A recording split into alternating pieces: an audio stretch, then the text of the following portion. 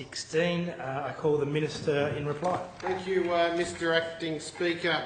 I'm delighted to stand here as the Minister for Emergency Services fulfilling an election commitment, which is always something pleasant. Can I start by thanking for the contributions on this legislation made by the member for Wagga Wagga, who is also the Parliamentary Secretary, Darryl Maguire. As the Parliamentary Secretary, he is only too well aware of the work of our Rural Fire Services and how it is important for this place to give them every tool possible. Can I thank you also, Mr Assistant Speaker, in your capacity as member for Terrigal, who made a contribution, of course, Jeff Provis, the member for Tweed, Kevin Connolly, the member for Riverstone, and Jai Rao, the member for Wallandilly, for all their contributions. Can I make a special acknowledgement of the constructive comments that were made by the opposition spokesman for emergency services? I think the constructive comments made by the Shadow Minister is proof positive that even though we disagree on policies, a constructive dialogue can be made, and I think that his attitude should be one reflected by the other members of the opposition Shadow Ministry.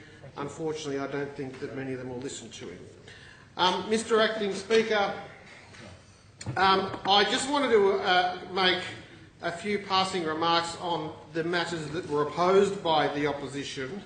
And I note, of course, the member for Wallandilly in his speech addressed many of those concerns raised by the opposition, and if I can seek the House's indulgence and certainly reflect on the member for Wallandilly's comments and indeed those made by other MPs in relation to the concerns made by the opposition.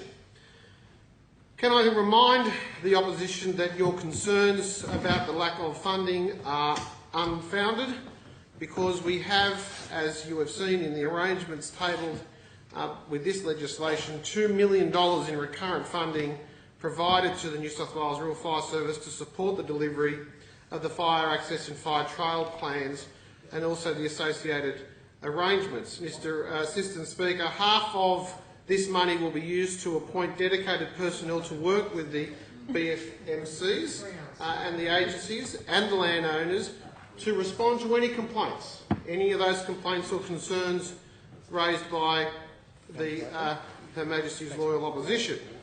Mr Assistant Speaker, can I also say that the other half of that money will be used for construction and maintenance of fire trails, and I think that should be made clear to the opposition as they seek to have any amendments made in the upper house. Their concerns have been addressed by that stated fact, and the Commissioner when the Commissioner has entered into agreements with the landowners for the establishment of fire trails, that money will be made available. And again, I remind the Shadow Minister that in addition to the new funds provided for the fire trails on private land, Rural Fire Service has allocated an extra $20 million for bushfire mitigation work, of which a third of it, around a third of it, is generally assigned to fire trails. So their concerns, their opposition based on the lack of funding is unwarranted. Mr Acting Speaker, can I just also, in that vein, remind everybody that, members of this House particularly, but anybody who is concerned about this legislation, that fire trails on private land may be established subject to agreement between the Commissioner of the Rural Fire Service and the landowner. That is, subject to agreement. The landowner is not obliged to enter into any such agreement. Despite what you might hear about the doomsayers, this is a voluntary approach to fire trails. The agreement will cover all necessary matters to enable the establishment and maintenance, as we've heard already this morning and this afternoon, in relation to the maintenance of those fire trails. Mr Assistant Speaker, if I can just conclude by saying that, reminding members of this House that where the Rural Fire Service has entered into an agreement with a private landowner, the Rural Fire Service will assist with the establishment and maintenance of that trail. That will not be left simply to chance, and it certainly won't be left simply with the landowner. Where the trail is used by the landowner for other purposes, addition to firefighting, the Commissioner will negotiate suitable costs, which I think is only fair and equitable, and those suitable costs will be in a sharing arrangement with the owner, and they will also include part of the agreement. Mr. Assistant Speaker, this legislation is good legislation. This legislation is a commitment made by the government which is now being fulfilled. This legislation will clearly have the support of the majority of members of this House as we approach very swiftly the fire season.